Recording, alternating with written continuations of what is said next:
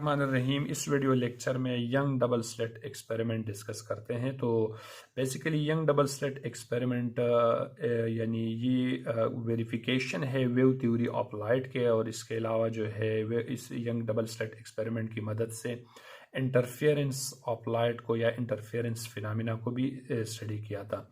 तो गिवन है for the experimental verification of wave theory of light, यानी जो वेव थ्योरी ऑफ लाइट की एक्सपेरिमेंटल वेरिफिकेशन के लिए Thomas young perform an experiment in 1801 for studying the interference phenomena.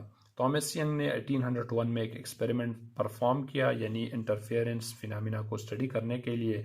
This experiment give us the experimental verification of wave theory of light, यानी ये जो experiment है ये असल में जो एक्सपेरिमेंटल वेरिफिकेशन है वेव थ्योरी ऑफ लाइट का, यानी हाइजन थ्योरी ऑफ लाइट जो है इसकी एक्सपेरिमेंटल वेरिफिकेशन भी है। Experimental arrangement, the experimental arrangement consist of monochromatic light source, यानी सिंगल कलर लाइट सोर्स पे कंसिस्ट था। Two slits S1 and S2, two slit यानी S1 और S2 जो कि इंटेंसिटी ऑफ लाइट को स्प्लिट करने के लिए, एंड स्क्रीन और फिर इसको ऑब्जर्व करने के लिए यानी फ्रिंजेस को ऑब्जर्व करने के लिए स्क्रीन भी था एक्सपेरिमेंट के अंदर। The observable point P on the screen, जैसे कि लेट्स सपोज हमारे पास ये एक सोर्स है, ये एक नैरो स्लिट से पास हो रहे हैं, यानी अब यहाँ पर एक यानी यहाँ पर फर्दर टू स्लिट्स है S1 एंड S2 है। यहाँ पर एक मोनोक्रोमेटिक लाइट सोर्स जो है, जैसे कि एक सिंगल यानी सिंगल स्लिट से आ रहे तो मोनोक्रोमेटिक है, फिर इस तरह से यानी जो कोहेरेंट यानी इस दो स्लिट्स की मदद से फिर ये लाइट रे की इंटेंसिटी स्प्लिट हो जाते हैं, और फिर यहाँ पर जैसे कि डायफ्रेक्शन की कॉन्सेप्ट है, जैसे कि यहाँ पर प्लेन वेव फ्रंट आ जाते हैं।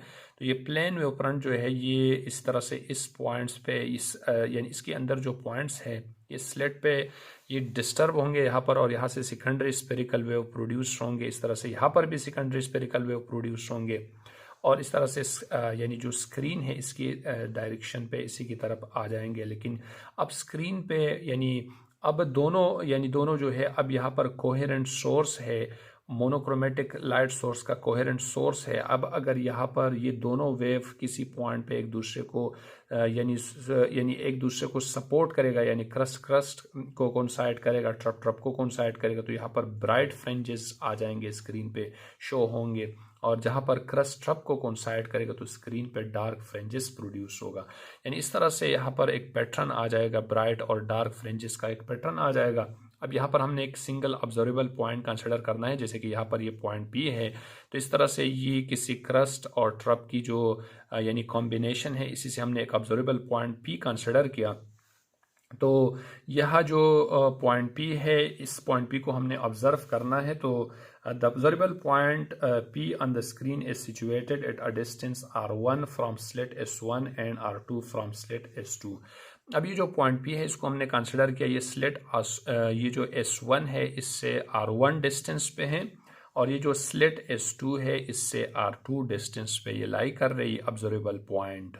As the beam of monochromatic light pass through the narrow slit S0 and then slit S1 and S2, जैसे कि ये जो बीम ऑफ मोनोक्रोमेटिक लाइट है, सबसे पहले ये जो नैरो स्लिट है S0 इससे पास हो रहे हैं, यानी यहाँ इसी से पास हो रहे हैं, फिर ये दोनों स्लिट्स जो है S1 और S2 से पास हो रहे हैं, cause coherent source of light and produce interference on the screen। अब जैसे कि ये दोनों स्लिट्स से जैसे ये सेम मोनोक्रोमेटिक लाइट रे पास होगा, तो ये जो है ये कोहेरेंट सोर्स प्रोड्यूस करेगा, और इसी तरह से स्क्रीन पे जो कि इंटरफेरेंस पैटर्न बन जाएगा। अब अगर हम इस पॉइंट P को ऑब्जर्व करते हैं, तो ये जो है दो स्लिट से एक स्पेसिफिक डिस्टेंस पे है R1 और R2 पे। अब अगर हम यहाँ पर गौर कर देते हैं, R1 डिस्टेंस शॉर्ट है, यानी स्लिट S1 और P, यानी स्लिट और स्क्रीन के बीच में जो R1 का डिस्टेंस है ये शॉर्ट है, और R2 जो है ये लॉन्गर है एज कम्पेयर टू R1। तो अब यहाँ पर R1 और R2 के बीच में डिफरेंस है, इन दोनों की डिफरेंस को पाथ डिफरेंस कहते हैं। तो पाथ डिफरेंस जो है, here R2 distance is greater than R1 from slits यानी जो स्लेट्स S1 है और S2 से टू द स्क्रीन यानी स्क्रीन तक, the distance between them is called the path difference, यानी इसको पाथ डिफरेंस कहते हैं। To find the path difference we draw a perpendicular line. अब इस पाथ डिफरेंस को फाइंड करने के लिए हम यहाँ पर एक परपेंडिकुलर लाइन ड्रॉ करेंगे, यानी जितना R1 डिस्टेंस है बिल्कुल इक्वली हमने जो है R2 तक इतने ही डिस्टेंस पे हमने एक लाइन ड्रॉ किया। अब ये एक परपेंडिकुलर लाइन बना। अब यानी यहाँ पर एक ट्राइंगल बना, इस तरह से हमारे पास एक ट्राइंगल बना। एक जो है ये हाइपोटेन्यूज आया, ये जो परपेंडिकुलर लाइन हमने ड्रॉ किया ये इस ट्राइंगल का बेस बना। और इसी तरह से यहाँ पर एक जो है हमारे पास एक साइड ये बना, ये डेल आर के इक्वल है इस ट्राइंगल की रिस्पेक्ट से। और ये जो है ये सेपरेशन, यानी जैसे कि यहाँ पर ये जो है ये सेपरेशन ऑफ द स्लेट है, इसको हम डी का नाम दे देते हैं। लेट सपोज ये बना हमारे पास डी। तो इस ट्राइंगल को फाइंड करने के लिए हम कंसिडर कर देते हैं कि लेट सपोज इसको फाइंड करने के लिए अगर हम जैसे कि ये हाइपोटेन्यूज है ये वाला साइड, और इस तरह से ये जो साइड है ये परपेंडिकुलर है। तो परपेंडिकुलर और हाइपोटेन्यूज को फाइंड करने के लिए हम साइन थीटा यूज कर देते हैं। तो यहाँ पर हम फ्रॉम ट्राइंगल, ये जो ट्राइंगल है यानी ट्राइंगल यानी जो ट्राइंगल है ये जो S1 S2 और D के बीच में, यानी S1 S2 एंड D, इस ट्राइंगल पे अगर हम साइन थीटा अप्लाई कर देते हैं तो साइन थीटा बराबर हो जाएगा परपेंडिकुलर यहाँ पर बराबर है डेल आर, और हाइपोटेन्यूज जो है ये बराबर है डी के। यानी इस इक्वेशन को हम ये भी लिख सकते हैं कि del R is equals to, यानी इक्वेशन आ जाएगा del R is equals to D sine theta. So this is equation 1। अब ये जो इक्वेशन 1 है रिप्रेजेंट द पाथ डिफरेंस, यानी ये हमें पाथ डिफरेंस शो करवा रहे, यानी यहाँ पर जो पाथ डिफरेंस का इक्वेशन बना ये इक्वेशन बना। अब फॉर कंस्ट्रक्टिव इंटरफेरेंस इस इक्वेशन 1 को हम कैसे लिखेंगे, यानी फॉर कंस्ट्रक्टिव इंटरफेरेंस। तो कंस्ट्रक्टिव इंटरफेरेंस के लिए हमें मालूम है कि पाथ डिफरेंस जो है ये बराबर होते हैं, यानी पी डॉट डी या del P dot D is equals to, यानी डेल आर जो है ये बराबर होते हैं एम लेमडा के। तो सो इक्वेशन 1 जो है ये बराबर हो जाएगा इक्वेशन 1 हमारे पास, यानी D sine theta is equals to ये आ जाएगा एम लेमडा। लेट सपोज ये बना इक्वेशन 2, और इक्वेशन 2 जो है असल में हमारे पास यहाँ पर पाथ डिफरेंस है फॉर कंस्ट्रक्टिव इंटरफेरेंस। अब फॉर डिस्ट्रक्टिव इंटरफेरेंस, अब अगर हम डिस्ट्रक्टिव इंटरफेरेंस के लिए इसको कंसिडर कर देते हैं, तो डिस्ट्रक्टिव इंटरफेरेंस का जो पाथ डिफरेंस का फार्मूला है, यानी पी डी यानी del R is equals to वो m+1 ओवर 2 लेमडा के इक्वल होते हैं।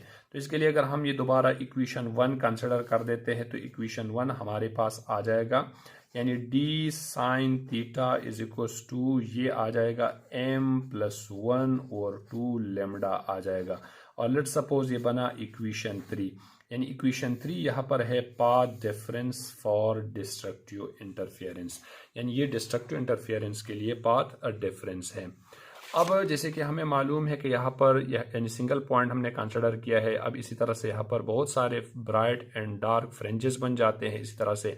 तो अब इस डार्क और ब्राइट फ्रिंजेस की पोजीशन मालूम करने के लिए इस फिगर के अंदर जो ट्राइंगल है, लेट सपोज ये बेस है, ये हमारा यहाँ पर हाइपोटेन्यूज बना ये डॉट डॉट वाला लाइन, और ये जो है परपेंडिकुलर है।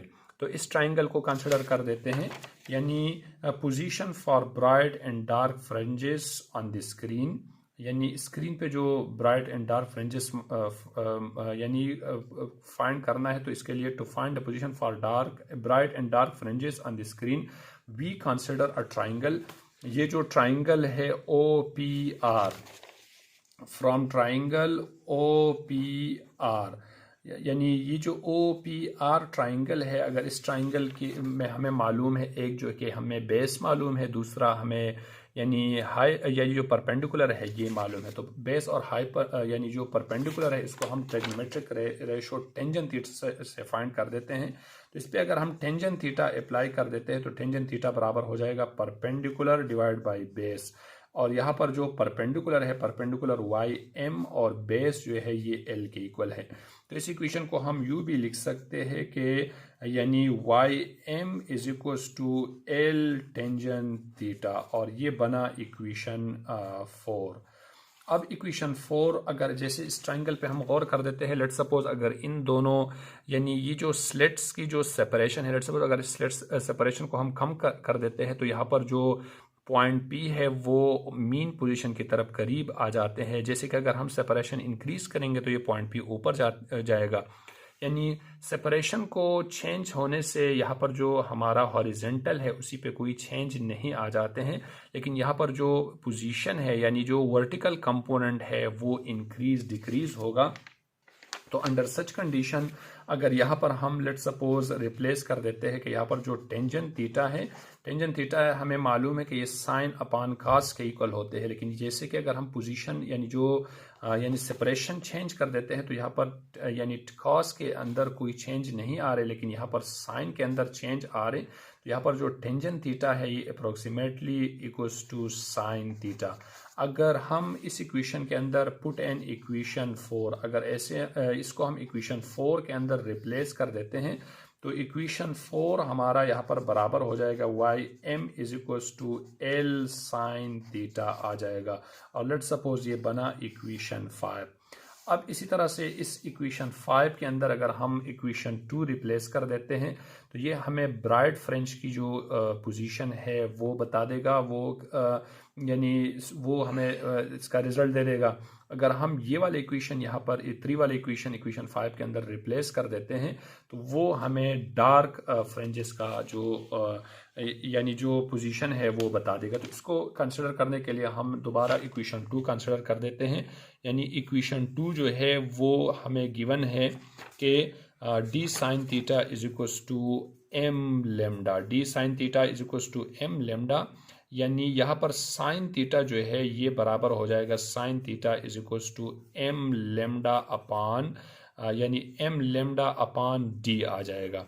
अगर इसको हम इस इक्वेशन के अंदर रिप्लेस कर दें, पुट एन इक्वेशन 5, यानी इसको अगर हम पुट एन इक्वेशन 5 जैसे कि इक्वेशन 5 के अंदर रिप्लेस कर देते हैं तो इक्वेशन 5 जो है ये बन जाएगा हमारे पास, यानी position Y M is equals to यहाँ पर आ जाएगा यानी एल और साइन थीटा की जगह पर एम लेमडा अपान डी आ जाएगा, और इस इक्वेशन को हम यूँ भी लिख सकते हैं कि Y M is equals to M L lambda upon D, और लेट सपोज ये बना इक्वेशन 6। अब इक्वेशन 6 जो है यानी इक्वेशन 6 रिप्रेजेंट द पोजीशन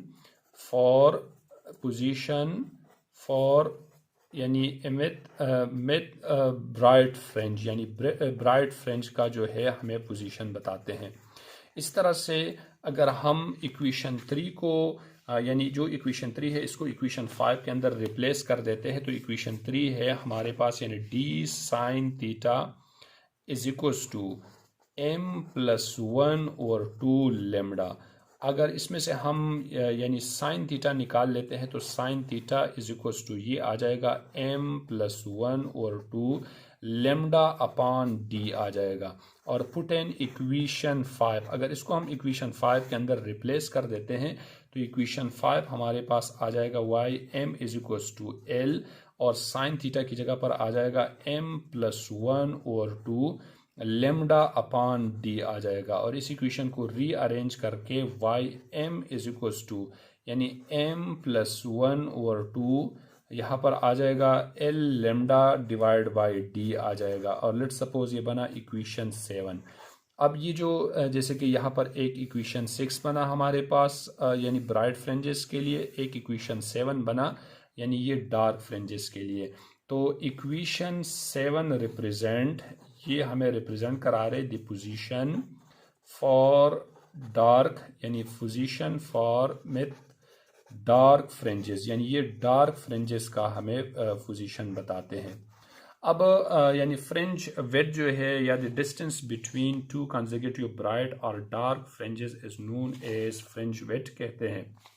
अब लेट्स सपोज अगर हमने ब्राइट के लिए मालूम करना है यानी या डार्क के लिए मालूम करना है फॉर यानी दो डार्क फ्रिंजेस के बीच में जो स्पेस है फॉर डार्क के लिए, लेट्स सपोज अगर हम यानी हमने फ्रिंज विड्थ मालूम करना है तो इसके लिए अब इसके लिए फॉर डार्क के लिए हम सब्ट्रैक्ट करेंगे first order image from second, यानी फर्स्ट ऑर्डर जो है हम सेकंड यानी फर्स्ट ऑर्डर जो डार्क फ्रिंज जो है वी सब्ट्रैक्ट, यानी हमने सब्ट्रैक्ट करना होगा जो सब्ट्रैक्ट यानी फर्स्ट ऑर्डर है उसको हमने सेकंड से सब्ट्रैक्ट करना होगा यानी डार्क के लिए। तो यहाँ पर हमारे पास जो फार्मूला बन जाएगा यानी फ्रिंज स्पेसिंग जो है यानी फ्रिंज स्पेसिंग जो है यहाँ पर या वेट जो है ये बराबर हो जाएगा y2 माइनस y1।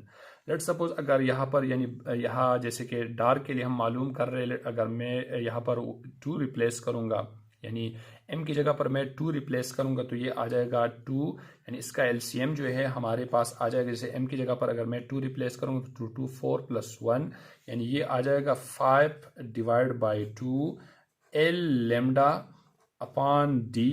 और इसी तरह से y1 अगर मैं 1 रिप्लेस करूँगा तो ये यहाँ पर 2 प्लस 1 यानी ये आ जाएगा -3 divide by 2 L lambda upon d आ जाएगा। तो फ्रेंच स्पेसिंग जो है ये 5 divide by 2 minus 3 divide by 2 into L lambda upon d आ जाएगा। और इसका LCM 2 5 माइनस 3 तो 2 अपॉन 2, तो इससे हमारे पास आंसर जो आ जाएगा वो L लेमडा अपॉन d आ जाएगा। इसी तरह से यानी यहाँ पर डार्क के लिए जो फ्रेंच स्पेसिंग है वो बराबर हो गया स्पेसिंग यानी L लेमडा अपॉन d, ये बना। इस तरह से अगर हम ब्राइट के लिए मालूम कर देते हैं तो फॉर ब्राइट के लिए हमारे पास आ जाएगा यानी इसके लिए हमने यानी सब्ट्रैक्ट जो है फर्स्ट ऑर्डर इमेज को हमने यानी फर्स्ट ऑर्डर फ्रेंच से हमने सेकंड ऑर्डर से हमने फर्स्ट को माइनस करना होगा। तो यहाँ पर जो फ्रेंच स्पेसिंग है ये आ जाएगा जैसे कि यानी इक्वेशन हमारे पास ब्राइट का ये बना है। लेट सपोज m की जगह पर अगर हम 2 रिप्लेस कर देते हैं तो ये 2L लेमडा अपॉन d, और फिर अगर हम 1 के लिए यानी जैसे कि हमारे पास y2 माइनस y1, तो अगर हम 1 रिप्लेस कर देते हैं तो ये आ जाएगा L लेमडा यानी L लेमडा अपॉन d आ जाएगा। तो इसका भी हमारे पास जो आंसर आ जाएगा यानी French spacing for bright French के लिए हमारे पास L लेमडा अपॉन d आ जाएगा। तो इट्स मीन दोनों की फ्रेंच स्पेसिंग जो है ब्राइट और डार्क का फ्रेंच स्पेसिंग सेम होगा। अब uses of Young double slit experiment, तो नंबर 1 है it give the experimental verification of the wave theory of light, यानी वेव थ्योरी ऑफ लाइट का एक्सपेरिमेंटल वेरिफिकेशन भी हमें दे रहे Young double slit experiment. It can be use to study the interference phenomena. Interference phenomena यानी इसकी मदद से हमने डिस्कस किया यानी बीम ऑफ लाइट को, सिंगल बीम ऑफ लाइट को हमने स्प्लिट किया और फिर इसको रिकम्बाइन किया। अब यहाँ से हमें इंटरफेरेंस पैटर्न मिला। It can be use to determine the fringe spacing, इसकी मदद से हम फ्रेंच स्पेसिंग भी मालूम कर सकते हैं। It can be use to determine the wavelength of light, और वेवलेंथ ऑफ लाइट को स्टडी करने के लिए भी हम Young double slit experiment use कर सकते हैं। तो ये था concept Young double slit experiment related. अल्लाह हाफिज।